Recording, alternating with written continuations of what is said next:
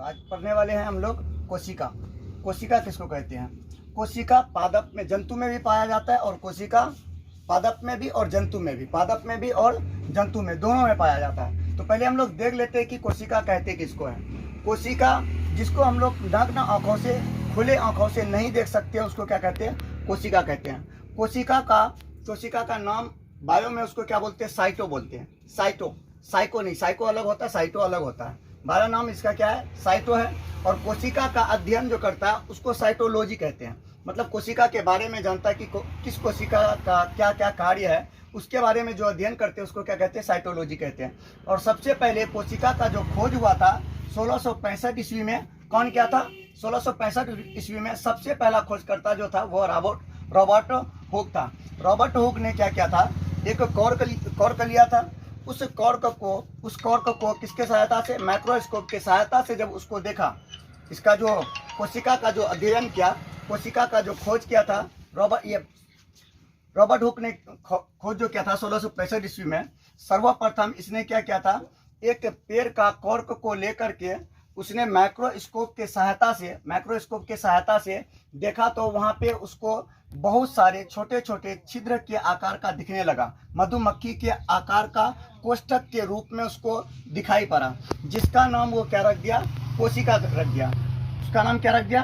कोशिका रख दिया। लेकिन ये जो खोज किया था वो मृत कोशिका का खोज किया था। ये खोज जो क्या था, सर्वप्रथम जो खोज किया था, खोज किसी मृत करे या जीवित करे इससे मतलब नहीं है, लेकिन सबसे पहले खोज जो किया वो रॉबर्ट हुक ने ही किया। अगर पूछेगा कि सबसे पहले कोशिका का खोज कौन किया था? 1665 में।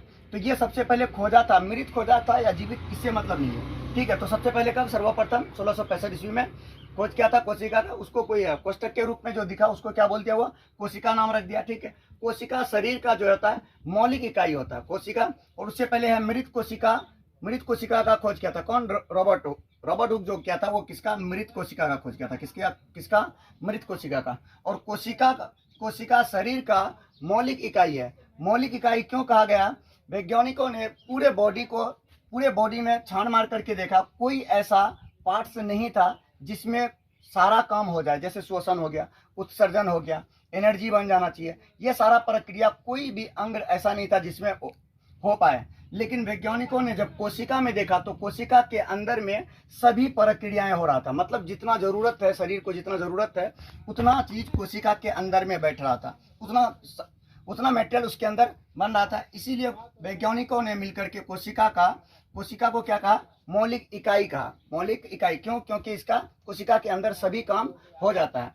कोशिका सिद्धांत सबसे पहले एम स्लाइडन और टी स्वान ने दिया था। एम स्लाइडन और टी स्वान, इसने ये कहा था कि कोशिका, अगर कोई भी जीव बनेगा तो वो बहुत सारे कोशिकाओं से मिलकर तब बन सकता, अन्यथा अगर बहुकोशिकीय, जैसे ये कहा कि कोशिका का खोज, कोशिका ढूंढ लिया, कोई वस्तु जो बना है किससे मिलकर के बना है, इसके बारे में कौन बताया था? इसके बारे में एम स्लाइडन और टी स्वान बताया था। एम स्लाइडन और टी स्वान बताया था कि कोई भी पदार्थ बना है तो वो कोशिकाओं के मिलने से तब बना है। ठीक है, ब्रह्मांड में सबसे बड़ा जो कोशिका होता है वो शुतुरमुर्ग का अंडा का होता है। सबसे बड़ा कोशिका शुतुरमुर्ग का अंडा, और सबसे छोटा कोशिका जो है वो माइकोप्लाज्मा है। कौन सा है? माइकोप्लाज्मा। और मानव जाति में सबसे बड़ा कोशिका वो गर्भाशय में पाया जाता है, और मानव में सबसे छोटा कोशिका वो शुक्राणु में पाया जाता है, पुरुष का।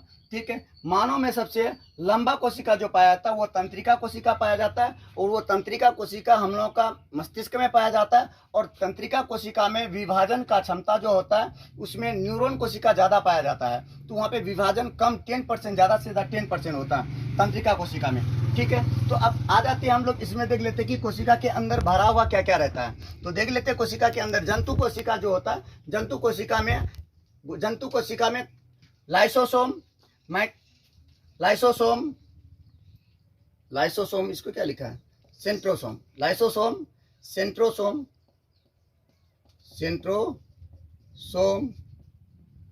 यहाँ पे राजधानी छोटा रहता है, इसका जंतु का छोटा राजधानी रहता है। माइक्रोन्ड्रिया,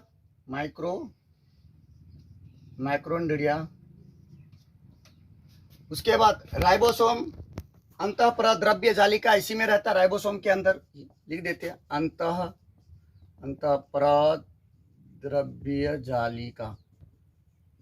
जालिका, ठीक है। और ये राइबोसोम हो गया, ये मेरा हो गया केंद्रक, ये हो गया केंद्रक, ये हो गया गोल्जी बॉडी या गोल्जी उपकरण। अब देख लेते हैं कि इसका कार्य क्या क्या होता है, इसका कार्य क्या क्या होता है। इसके बाहर ये जो बना हुआ है, ये बाहर में जो एक इसका झिल्ली लगा हुआ है, पहले देख लेते हैं इसका कार्य है क्या क्या। तो माइटोकॉन्ड्रिया का, लाइसोसोम का काम क्या रहता है? लाइसोसोम का काम है किसी चीज का पाचन करना या हाजमा का काम करना या दूसरे को गला देना। मान लीजिए कोशिका के अंदर में कोई पार्ट से मर गया, अब वो उसको या पचाने के लिए या उसको हजम करने के लिए कोई ना कोई चाहिए। अगर हजम नहीं होगा तो यहाँ पे क्या होगा, वो पड़ा हुआ रहेगा। जो पड़ा हुआ रहेगा तो बॉडी को ज्यादा नुकसान होगा। तो इसको हजम करने के लिए कौन, लाइसोसोम रहता है। लाइसोसोम क्या होता है? लाइसोसोम के अंदर लाइसोसोम के अंदर में एक द्रव्य या एंजाइम पाया जाता है। उस एंजाइम को खुद से क्या करता है, रिलीज करके, जो देखता है कि मर गया या काम नहीं करता है तो क्या करता है, थोड़ा सा रिलीज करके इस पे छोड़ देता है, इसको पूरी तरह से नष्ट कर देता है, ठीक है। उसके बाद ये इसका काम क्या है, इसको आत्महत्या का थैली भी कहते हैं। लाइसोसोम को आत्महत्या का थैली भी कहते हैं और पाचक रस भी कह सकते हैं, पाचक थैली भी कह सकते हैं, ठीक है। क्यों? क्योंकि ये मारने का भी काम करता है। ये कभी कभी ये होता है, कोई भी इसके अंदर में जितने भी मटेरियल भरा हुआ है, अगर कोई मटेरियल काम नहीं करेगा ठीक ढंग से तो ये क्या करेगा, अपना एंजाइम निकाल करके थोड़ा सा उसमें छिड़क देगा, उसको क्या कर देगा, गला करके नष्ट कर देगा। कभी कभी ऐसा होता है कोशिका के अंदर पूरा कोशिका काम नहीं करता, क्या करता है, ये लाइसोसोम खुद को फोड़ करके, खुद को नष्ट करके पूरे को भी क्या कर देता है, नष्ट कर देता है। अगर कोई एक काम नहीं कर रहा तो उसमें थोड़ा सा क्या छोड़ेगा, वो एंजाइम छोड़ेगा। अगर पूरा काम नहीं करेगा, खुद को फोड़ करके पूरे कोशिका को नष्ट कर देगा। कोशिका मतलब हमारे बॉडी का किसी एक कोशिका को, ये नहीं कि ये फट गया तो पूरा शरीर का कोशिका मर जाएगा, ऐसा नहीं होता। कभी कभी चोट लग जाता है तो वहाँ पे क्या होता है, हम लोगों का काला हो जाता है, तो वहाँ पे यही मर जाता है। कौन? लाइसोसोम मर जाता है, जिसके कारण वहाँ पे काला हो जाता है। लाइसोसोम मरेगा तो वहाँ पे सारा मर गया तो डेड बॉडी हो गया। उसके बाद क्या करता है लाइसोसोम का, और क्या काम रहता है, पाचन का काम, और आत्महत्या थैली का, मतलब यहाँ पे मतलब हाजमा का जितना भी प्रक्रिया होता है वो कौन करता है, लाइसोसोम करता है। उसके बाद आ जाते हैं सेंट्रोसोम में। सेंट्रोसोम का क्या काम है? सेंट्रोसोम का एक खूंटे की तरह मजबूती प्रदान करना, और दूसरा सेंट्रोसोम का खूंटे की तरह एक मजबूती प्रदान करना, और प्रोटीन भी कुछ मात्रा में बनाता है। ये ज्यादा कोशिका विभाजन में सहायता करता है, ये कोशिका विभाजन में ज्यादा सहायता करता है, और ये मजबूती भी प्रदान करता है। जैसे किसी घर में खूंटा लगा करके हम लोग मजबूती के लिए खूंटा लगाते हैं, उसी तरह से कोशिका के अंदर में जो है सेंट्रोसोम का क्या काम है, मजबूती प्रदान करना। और साथ ही साथ ये क्या करता है, कोशिका का विभाजन भी करता है। और राजधानी जो रहता है, जैसे हम लोग बोलते हैं कि शरीर में, मानव का शरीर में 65% पानी है, तो हम लोग पीते तो 2 लीटर ही पानी, 2 लीटर पानी पीते, तो बाकी 65% पानी कहाँ है, तो वो कोशिका के अंदर में रसधानी में ही है। और ये जंतु में क्या पाया जाता है, बहुत छोटा रहता है, इसीलिए हम लोग इसको जंतु कोशिका में नहीं दर्शाते, सीधे छोटा सा, बहुत छोटा रहता है, इसीलिए इसको नहीं देखते। तो दोनों में, रसधानी दोनों में रहता है, लेकिन इसमें क्या रहता है, बहुत छोटा रहता है। तो यहाँ पे इसके अंदर जो पानी भरा रहता है, हम लोग जैसे बोलते हैं कि 65% मानव का शरीर 65% पानी है, बाकी अदर पार्ट्स है। तो 65% पानी है क्या, पीते तो हम लोग 1.5 लीटर है, तो पूरा शरीर 65% गया कहाँ, तो वो पानी जो रहता है वो रसधानी में ही भरा रहता है। कहाँ पे, रसधानी में भी भरा रहता है। उसके आगे आ जाते हैं माइटोकॉन्ड्रिया। माइटोकॉन्ड्रिया का काम क्या है, माइटोकॉन्ड्रिया भोजन को क्या करता है, अभिघृत करके भोजन को बनाने का कार्य करता है। माइटोकॉन्ड्रिया का काम है कहीं से 38 एटीपी ऊर्जा को क्या करेगा, अपने अंदर ग्रहण करके उसको क्या करेगा, सरल अणु या जटिल अणु रहता है, उस जटिल अणु को सरल अणु में तोड़ करके, सरल अणु में तोड़ के क्या करता है, वो 38 एटीपी को एक ग्लूकोज में परिवर्तित कर देता है, जहां से हम लोगों को ऊर्जा मिलता है। और ये प्रक्रिया जब होता है, शोषण का जब प्रक्रिया होता है, तब यहाँ पे भोजन बनता है।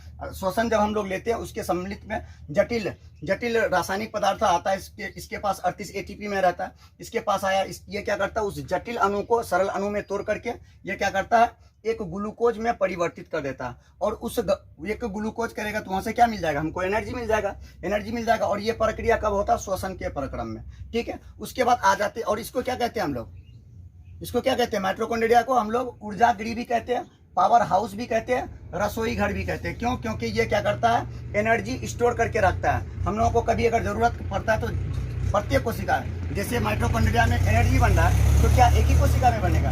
पूरा कोशिका में, हमारे बॉडी में अरबों खरबों कोशिका है, सभी कोशिकाओं में ये प्रक्रिया होता है। तो ये क्या करता है, भोजन को एनर्जी बना करके अपने अंदर स्टोर करता है। जब जरूरत पड़ता है तो क्या करता है, ये रिलीज करता है। तो उसके आगे आ जाते हैं हम लोग, देखते हैं उसके आगे है राइबोसोम। राइबोसोम अंतःपराद्रव्य जालिका। राइबोसोम का जो सतह रहता है, इसमें दो सतह रहता है, एक खुरदरा रहता है और एक प्लेन रहता है। खुरदरा सतह में क्या बनता है, वसा बनता है। राइबोसोम में दो सतह होता है, एक खुरदरा एक प्लेन। प्लेन में जो है, प्लेन में स्मूथ में जो बनता है, यहाँ पे 80 एच का रहता है। और इसके अंदर में ये राइबोसोम बनाता है क्या, राइबोसोम को प्रोटीन का कारखाना भी कहते हैं। ये क्या क्या बनाता है, एक तो प्रोटीन, राइबोसोम का ऊपरी जो चिकना सतह रहता है वो बनाता है प्रोटीन, और जो रूखरा सतह रहता है वो बनाता है वसा बनाता है। क्या बनाता है, वसा बनाता है। और राइबोसोम को हम लोग क्या बोलते हैं, प्रोटीन का कारखाना भी बोलते हैं। राइबोसोम को क्या बोलते हैं, प्रोटीन का कारखाना भी बोलते हैं। और इसका जो काम है, हमारे बॉडी का ऐसे भी पता है कि जिस पदार्थ में प्रोटीन ज्यादा पाया जाता है वो मजबूत भी ज्यादा रहता है। तो इसके अंदर प्रोटीन बन रहा है तो ये मजबूती क्या होगा, वो ज्यादा मजबूती में सहायता करेगा। तो मजबूती में ये राइबोसोम बहुत जबरदस्त क्या करता है, सहायता करता है। क्यों, क्योंकि इसके अंदर में वसा और प्रोटीन बन रहा है। उसके बाद आगे देखते हैं, उससे आगे क्या है, गोल्जी बॉडी, गोल्जी उपकरण या गोल्जी बॉडी। गोल्जी बॉडी का काम क्या है कि इसके अंदर में जैसे हम लोग अभी बोल रहे हैं तो मेरा किसको एनर्जी चाहिए, जुबान को एनर्जी चाहिए। अब जुबान के पास तो उतना एनर्जी है नहीं कि ये 1.5 घंटा 2 घंटा बोल सके। ये ज्यादा से ज्यादा बोल सकता है तो 1 मिनट या 2 मिनट बोल सकेगा। अब उसको एनर्जी चाहिए तो उसको एनर्जी ढो करके लाके देगा कौन, तो कोई ढोने वाला होना चाहिए। तो वो ढोने वाला काम कौन करता है, गोल्जी बॉडी करता है। हमारे शरीर में कहाँ से एनर्जी को कहाँ पहुंचाना है, जैसे हम लोग काम करते हैं तो क्या सिर्फ हाथ थकता है, नहीं पूरा बॉडी थक जाता है। तो ये गोल्जी बॉडी क्या करता है, पूरा शरीर से एनर्जी ढो करके ले जा करके उस भाग को देता है जो भाग को जरूरत होता है। कुछ टाइम दौड़ते दौड़ते, जैसे दौड़ लगाते हैं हम लोग, कुछ टाइम दौड़ते हैं उसके बाद पैर थक जाता है। पैर थक जाता है तो एक टाइम ऐसा आता है कि जब पूरी तरह से एनर्जी समाप्त हो जाता है, पैर ही नहीं उठता है। ठीक है, हम लोगों का पैर के पास ज्यादा एनर्जी नहीं है, इतना एनर्जी है कि ज्यादा से ज्यादा 5 मीटर 10 मिनट 50 मीटर दौड़ सकते हैं। तो बाकी एनर्जी कहाँ से मिलता है, बाकी एनर्जी जो खोखोर करके मतलब ढो करके कौन लाता है, ये गोल्जी बॉडी ढो करके बाकी पार्ट्स से ढो करके कौन पहुंचाता है, गोल्जी बॉडी पहुंचाता है। इसीलिए गोल्जी बॉडी को हम लोग क्या कहते हैं, वाहन भी कहते हैं इसको। किसको, कोशिका का वाहन का जो काम करता है वो गोल्जी बॉडी करता है। किसको ढो करके ले जाना है, किसको ढो करके ले आना है, ढोने का जितना भी काम है वो सारा काम कौन करता है, गोल्जी उपकरण करता है। कौन करता है, गोल्जी उपकरण। अब इसमें देख लेते हैं कि भरा हुआ क्या रहता है, समझ में आ गया। पहला है लाइसोसोम, आत्महत्या का थैली। दूसरा है सेंट्रोसोम, जो मजबूती और कोशिका विभाजन। तीसरा है रसधानी, जहाँ पे पानी भरा रहता है हमारा शरीर का। ये आगे है माइटोकॉन्ड्रिया, जो क्या बनाता है, 38 एटीपी को सरल अणु में तोड़ता है, वहां से ऊर्जा मिल जाता है हम लोगों को। उससे आगे है कौन, राइबोसोम। राइबोसोम क्या करता है, प्रोटीन बनाता है और वसा बनाता है। खुरदरा सतह में वसा बनता है और रुखड़ा सतह में प्रोटीन बनता है। ठीक है, उसके बाद अंतःपरद्रव्य जालिका होता है।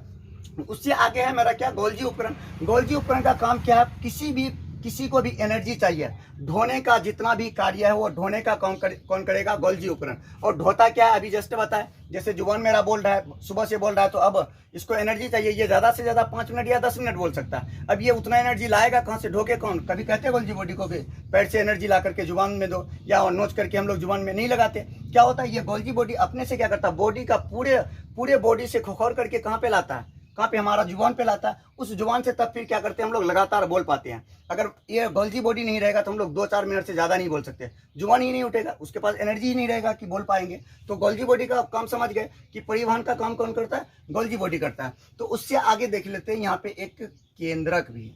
इसमें क्या रहता है, एक केंद्रक भी है। ये केंद्रक का काम क्या है कि इसका देखभाल करना। जैसे हम लोगों का घर में दादाजी क्या करते हैं, सबका देखभाल करता है कि कौन क्या कर रहा है, सिर्फ देखभाल करना। ठीक है, और ये समझ लो ये दादाजी हो गया और इसके तुलना में ये पापा जी हो गया।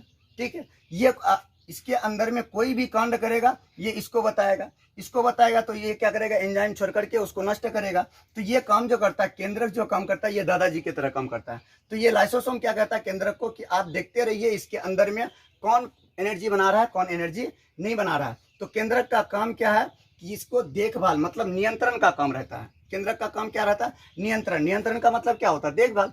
कोई काम नहीं करेगा तो ये किसको बताएगा, लाइसोसोम को। लाइसोसोम उसके पास जाएगा, इसको बोलेगा कि एनर्जी क्यों नहीं बना रहे, तो ये कोई प्रॉब्लम बनाएगा, इसको क्या करेगा, नष्ट करेगा। अगर कभी कभी ये होता कोशिका के अंदर का कोई भी पार्ट से काम नहीं करेगा तो क्या करेगा, लाइसोसोम खुद को फोड़ के पूरा को नष्ट कर देगा। इसीलिए लाइसोसोम को क्या बोलते हैं हम लोग, आत्महत्या का थैली भी बोलते हैं। ये समझ में आ गया। इसके अंदर में जो ये मटेरियल भरा हुआ है, इसके अंदर में जो मटेरियल भरा हुआ है, इस मटेरियल को हम लोग क्या बोलते हैं, जीव द्रव्य बोलते हैं, या कोशिका द्रव्य भी बोल सकते हैं। कोशिका द्रव्य बोलते हैं इसको, क्या बोलते हैं, कोशिका द्रव्य। इसके अंदर में कोशिका द्रव्य भरा हुआ क्यों रहता है, इसके अंदर में कोशिका द्रव्य इसलिए भरा हुआ रहता है, जनरल में सिंपल में समझिए, घर में अगर किसी को 5-10 आदमी रहता है तो उसको चाय ले जा करके देने में, प्लेट में या किसी तस में देते हैं तो क्या होता है, वहाँ पे धीरे धीरे चलना पड़ता है। तो उसका प्लेट में जो वो कप रहता है, वो कप क्या होता है, हिलता डुलता है। कभी अगर थोड़ा तेजी से बोलेंगे तो क्या होगा, आपस में टकराएगा। तो क्या हम लोग दौड़ते नहीं है क्या, दौड़ते भी हैं, दौड़ते हैं तो कोशिका क्या हिलता डुलता नहीं है। तो इस जगह को भरने के लिए क्या सोचा, ये आपस में लड़ ना जाए। जैसे अभी चाय ले जा करके दे रहे थे, 10-15 आदमी था, उसको चाय ले जा करके दिए तो धीरे धीरे चले तो थोड़ा थोड़ा हिला था। अब दौड़ेंगे तो क्या होगा, थोड़ा थोड़ा रहेगा नहीं, वो आपस में टकरा करके क्या होगा, फट जाएगा, गिर जाएगा। अब वहीं पे क्या करते हैं हम लोग, एक खाब वाला आता है, चाय का दुकान में देखे होंगे, उसको देखे होंगे, ठीक है, उसमें 10 है। अब वहाँ पे रख करके दौड़ो या कुछ भी करो, कोई फर्क नहीं पड़ेगा, क्योंकि वो उसका अंदर वाला जगह क्या क्या है, इस पे भर दिया है। या तो आप सर्वर सेट देखे होंगे, सर्वर सेट को समझ लीजिए। सर्वर सेट वो हिलता है, आपस में लड़ता है क्या, नहीं लड़ता। क्यों नहीं लड़ता, क्योंकि उसके स्पेस को क्या कर दिया है, भर दिया गया है। उसी तरह से यहाँ पे भी इस कोशिका द्रव्य से क्या क्या है, कोशिका को भर दिया गया है, ताकि आपस में ये टक्कर ना हो। अगर टक्कर होगा तो लाइसोसोम क्या होता है, बहुत डेंजरस होता है। ये आत्महत्या का थैली, थोड़ा सा भी टच होगा तो क्या करेगा, ये उसको मार देगा। इसीलिए इसके अंदर में जीव द्रव्य भर दिया गया है, ताकि जो जहाँ पे स्थित है वो वहीं पे रहे, ठीक है। नहीं तो हम लोग दौड़ भी लगाते, कूदते भी, कुछ भी करते रहते, पूरे दिन फांते रहते इधर उधर, आपस में टकरा के क्या हो जाएगा, पूरा कोशिका ही नष्ट हो जाएगा। तो उसको बचाने के लिए क्या किया, इसमें जीव द्रव्य को भर दिया गया है, ठीक है। समझ में आ गया कि इसमें क्या भरा रहता है। और इसके अंदर में, केंद्रक के अंदर में एक तो काला टाइप का रहता है, उसको क्या बोलते हैं हम लोग, केंद्रिका बोलते हैं। क्या बोलते हैं, केंद्रिका बोलते हैं। अब इससे आगे चलते हैं। आगे इसका कौन रहता है, यहाँ पे कोशिका झिल्ली रहता है। क्या रहता है, कोशिका झिल्ली।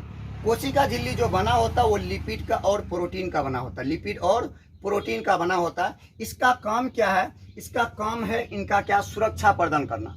ये बहुत पतला रहता है, इसका काम क्या है, सुरक्षा प्रदान करना। ये पारागम्य झिल्ली रहता है, किसी को आदान प्रदान कर सकता है, किसको आना ये चयन करता है कि किसको आने देंगे, किसको आने नहीं देंगे। जैसे घर में कोई गार्ड रखता है तो गार्ड उसी को आने देता है जिसका कोई काम रहता है। उसी तरह से इस कोशिका का भी क्या काम है, इसके अंदर वही आएगा तो इसके अंदर काम के लायक है, जो काम के लायक नहीं है उसको आने नहीं देगा कोशिका झिल्ली। तो यहाँ पे कोशिका झिल्ली जो है वो गार्ड की तरह काम करता है। ये पारागम्य झिल्ली रहता है और ये चयनात्मक, मतलब चयन करके तभी अंदर भेजता है, ठीक है। कोशिका झिल्ली भी समझ गए। उसके बाद और क्या है इसके अंदर में, कोशिका झिल्ली, ठीक है। तो इसका एक स्क्रीनशॉट ले लीजिए। उसके बाद देख लेते हैं हम लोग किसमें, पादप कोशिका में। अब देख लेते हैं किसमें, पादप कोशिका में। इसमें समझ गए, इसमें कोई भी कंफ्यूजन नहीं होना चाहिए, ठीक है। उसके बाद अगर कंफ्यूजन हो तो कमेंट में बता देना, ठीक है। उससे आगे देख लेते हैं हम लोग कौन सा, पादप कोशिका। ये देख लिए किसका, जंतु कोशिका का। ये क्या है मेरा, पादप कोशिका। कोशिका दोनों में पाया जाता है, ठीक है। कुछ कुछ भिन्नताएं हैं, कुछ कुछ क्या है, भिन्नताएं हैं, और कुछ कुछ समानताएं हैं। समानताएं क्या होता है, जो इसमें है वो इसमें भी है, वो क्या हो गया, समानताएं हो गया। और जिसमें जो इसमें है वो इसमें नहीं है, वो क्या हो गया, अंतर हो गया। तो केंद्रक का बता दिए, केंद्रक का काम क्या था। इसमें केंद्रक का काम देख लिए हम लोग, क्या काम, नियंत्रण का काम करता है। इसमें आरएनए, डीएनए ये सब भी पाया जाता है। ये सब आपको जीन में, ये जनन चैप्टर में पढ़ाएंगे। और इसमें क्रोमोसोम भी पाया जाता है, ये पढ़ाएंगे आप लोगों को कहाँ पे, जनन चैप्टर में। आरएनए, डीएनए ये सब वहाँ पे क्रोमोसोम बेहतर तरीके से पढ़ना है, ठीक है। और यहाँ पे इसके अंदर में जो रहता है, इसका केंद्रिका रहता है, इसको क्या बोलते हैं, केंद्रिका बोलते हैं। तो उससे आगे देख लेते हैं कि यहाँ पे क्या है। यहाँ पे देख लेते हैं, यहाँ पे कौन है, लाइसोसोम है। यहाँ पे लाइसोसोम है। लाइसोसोम जो काम यहाँ पे, वही काम इसका भी यहाँ पे है। और यहाँ पे लवक है।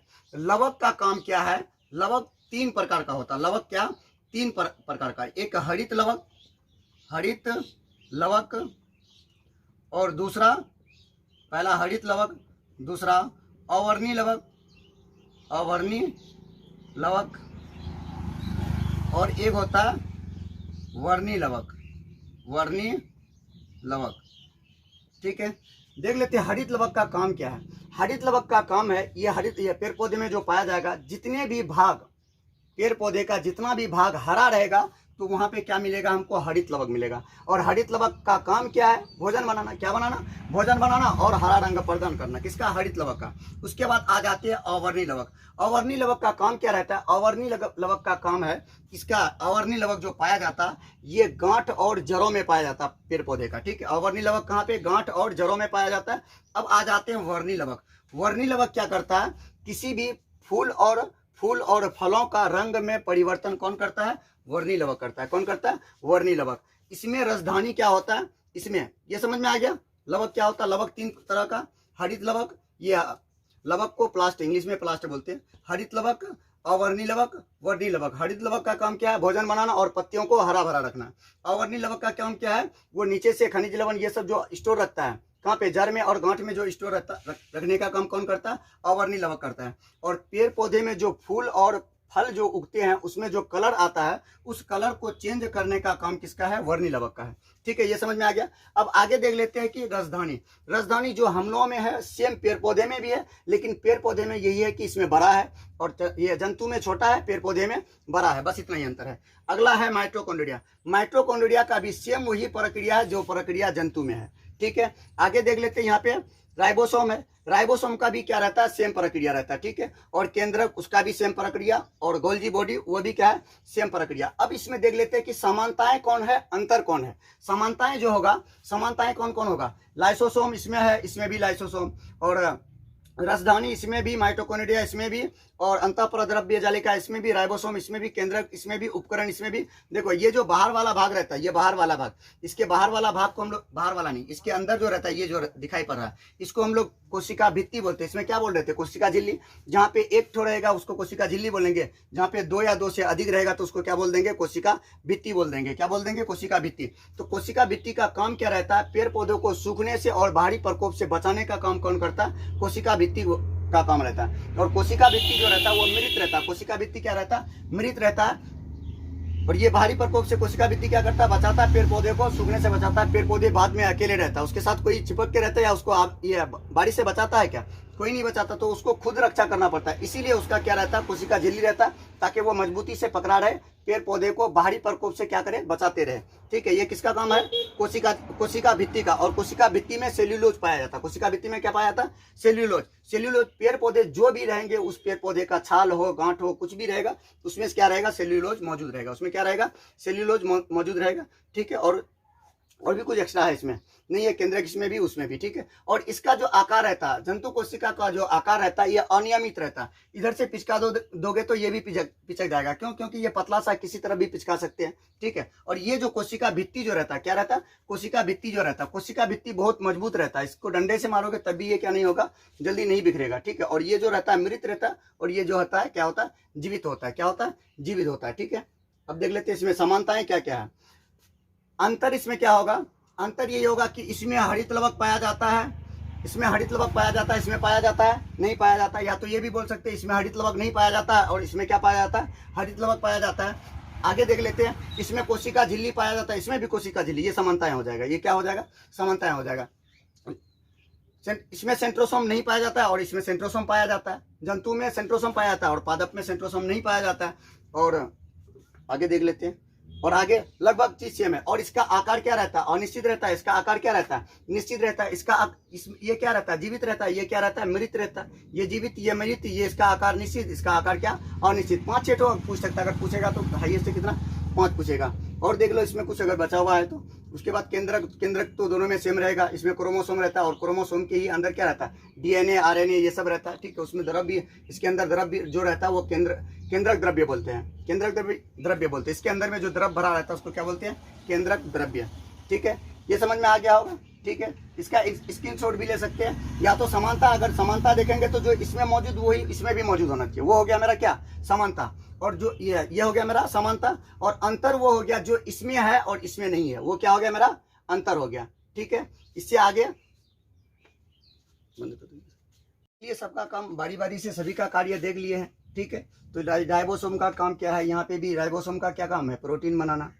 मतलब जो चिकना सतह रहेगा वो प्रोटीन बनाएगा और जहाँ पे खुरदरा रहेगा वो वसा बनाएगा, और वहाँ पे जो बनाता है एक 80H बनाता है और एक 70H बनाता है। वहाँ पे प्रोकैरियोटिक रहता है, एक यूकैरियोटिक रहता है। राइबोसोम रहता है जो एक प्रोकैरियोटिक एक यूकैरियोटिक। प्रोकैरियोटिक का मतलब जो हम लोग जिसको हम लोग नहीं देख सकते वो प्रोकैरियोटिक हो गया, और यूकैरियोटिक उसको मान लो जिसको हम लोग देख सकते हैं उसको क्या बोल सकते हैं, यूकैरियोटिक बोल सकते हैं। तो वो प्रक्रिया दोनों में सेम ही होता है, ठीक है। और केंद्रक जो रहता है, केंद्रक कोशिका का क्या कहलाता है, ब्रेन कहलाता है, दिमाग कहलाता है, क्योंकि ये क्या करता है, नियंत्रण का काम करता है। जैसे हम लोगों का ब्रेन किसको बोलते हैं, जिसमें ये मुंडी में जो है इसको क्या बोलते हैं, ब्रेन बोलते हैं, और इसका काम क्या है, इसका काम है नियंत्रण करना। उसी तरह से कोशिका को भी नियंत्रण कौन करता है, ये केंद्रक करता है। तो इसीलिए इसका कोशिका का ब्रेन किसको बोलते हैं, केंद्रक को बोलते हैं, ठीक है। अब यहाँ पे देख लेते हैं आरबीसी का जो जीवन काल रहता है वो 120 दिन का रहता है। आरबीसी में जो कोशिका होता है, आरबीसी कोशिका में सेंट्रोसोम नहीं पाया जाता है। आरबीसी का जीवन काल कितना 120 दिन 120 रहता है,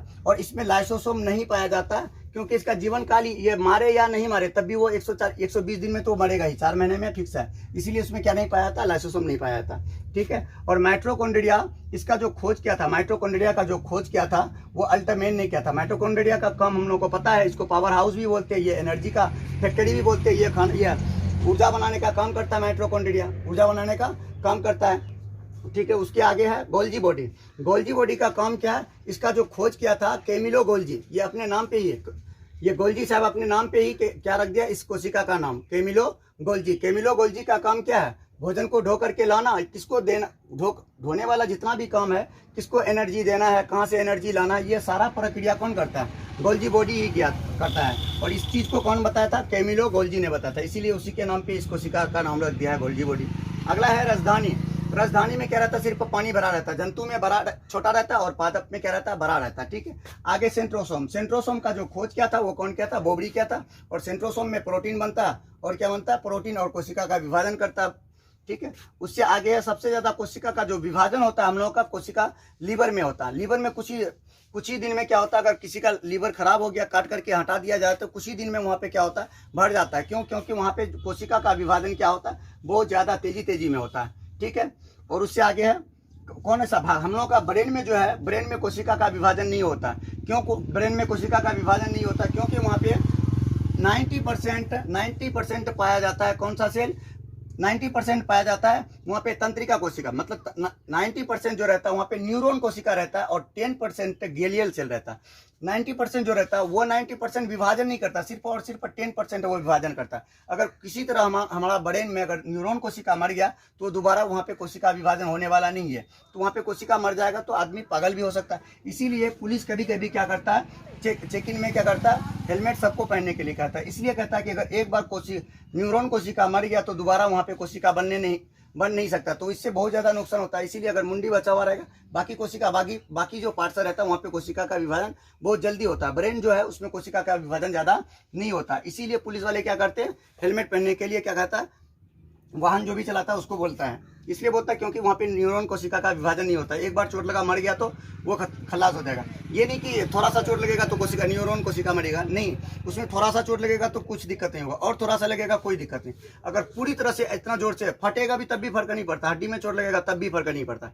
अगर आपका अंदर में जो न्यूरॉन कोशिका है उसको थोड़ा सा भी टच होगा, वो क्या होगा, नष्ट हो जाएगा, तो दोबारा वहाँ पे विभाजन नहीं होने वाला है। वहाँ पे वो मरा हुआ हमेशा डेड बॉडी पड़ा रहेगा, जिससे आपका फ्यूज क्या हो सकता है, दो चीज़, मौत भी हो सकता है और पागल भी हो सकता है। इसीलिए पुलिस क्या करता है, हेलमेट पहनने का इजाजत देता है, ठीक है। कोशिका का ब्रेन देख लिए। कोशिका का ब्रेन किसको कहते हैं, केंद्रक को कहते हैं। किसको कहते हैं, केंद्रक को। और ये केंद्रक का जो खोज किया था, केंद्रक का खोज रॉबर्ट ब्राउन किया था, ठीक है। ब्रेन में ये देख लिया है कि 90% क्या पाया जाता है, 90% न्यूरॉन कोशिका और 10% गिलियल सेल। और हम लोग का बॉडी में जो है, बॉडी में 90% गिलियल सेल और 10% न्यूरॉन कोशिका। कभी कभी देखे भी होंगे, न्यूरॉन कोशिका का कट जाने से आदमी का घाव कभी लाइफ में छूटता नहीं है, तो उसी बीमारी को क्या कहता है, यहाँ पे अपने यहाँ कुछ और नाम दे दिया है, तो वो बीमारी नहीं है, वो न्यूरॉन कोशिका के कटने की वजह से हुआ। क्योंकि न्यूरॉन कोशिका विभाजन नहीं करता, तो उसका जगह नहीं भरेगा तो वहाँ पे हमेशा घाव बना रहेगा, तो वहाँ पे न्यूरॉन कोशिका मर जाता है, जिसके कारण वो घाव कभी छूटता नहीं है, ठीक है। आगे देख लेते हैं कोशिका का ब्रेन, केंद्रक को और क्रोमोसोम में जो पाया जाता है वहाँ पे गुणसूत्र कितना, क्रोमोसोम में जो किसी का भी गुणसूत्र जो पाया जाता है वो क्रोमोसोम में ही पाया जाता है। जंतु में जो क्रोमोसोम पाया जाता है वो 46 रहता है। कितना रहता है? 46 रहता है। जंतु नहीं, मानव में, जंतु नहीं, मानव में क्रोमोसोम, मानव में क्रोमोसोम का जो संख्या रहता है वो 46 रहता है, ठीक है। और इसमें युग्म बोलेंगे तो 23 होगा। युग्म इसलिए बोलते हैं क्योंकि बॉडी का हम लोगों का लगभग पार्ट किसमें है, जोड़ा में है, इसीलिए हम लोग युग्म में अधिकतर बोलते हैं। जैसे 2 आँख, 2 कान है, 2 हाथ है, 2 पैर है, 2 किडनी है, और हर चीज़ अधिकतर जोड़ा जोड़ा में है, इसीलिए इसको किसमें सजा दिया है, जोड़ा में सजा दिया है, ठीक है। आगे देख लेते हैं।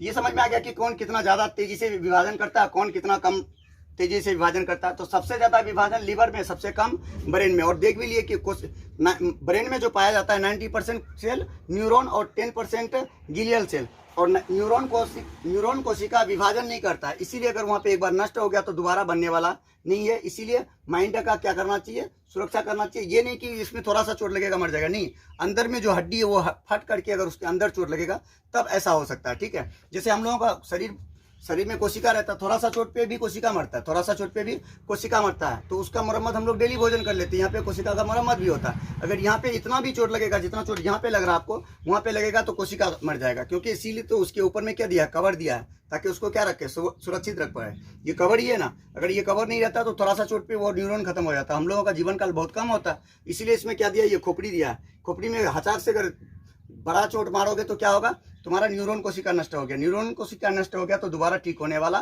नहीं है। इसीलिए माइंड का क्या करते हैं, ब्रेन का बचाव करते हैं, ठीक है। तो ये समझ में आ गया होगा। नेक्स्ट वीडियो में इसमें जो सब पार्ट सब बचा हुआ, नेक्स्ट वीडियो में ये सारा पादप कोशिका और जंतु कोशिका में कुछ कुछ जो बचा हुआ है उसको नेक्स्ट वीडियो में हम लोग देख लेंगे। इसका पूरी तरह से आप लोग ये नोट से बना सकते हैं, यहाँ से स्टार दे करके जो भी दिया हुआ है उसको नोट से बना सकते हैं। इसमें पूरा इसी में खत्म हो गया, ठीक है। गोल्जी बॉडी ये सब आप लोग खुद से बना सकते हैं कि गोल्जी बॉडी किसको कहते हैं। इसमें तो समझा ही दिए, समझ करके बता सकते हैं कि गोल्जी बॉडी किसको कहते हैं, लाइसोसोम किसको कहते हैं, सेंट्रोसोम किसको कहते हैं, सबका क्या बता दिए, परिभाषा बता दिए हैं। और वहाँ से देख करके आप खुद से ये बना सकते हैं, ठीक है।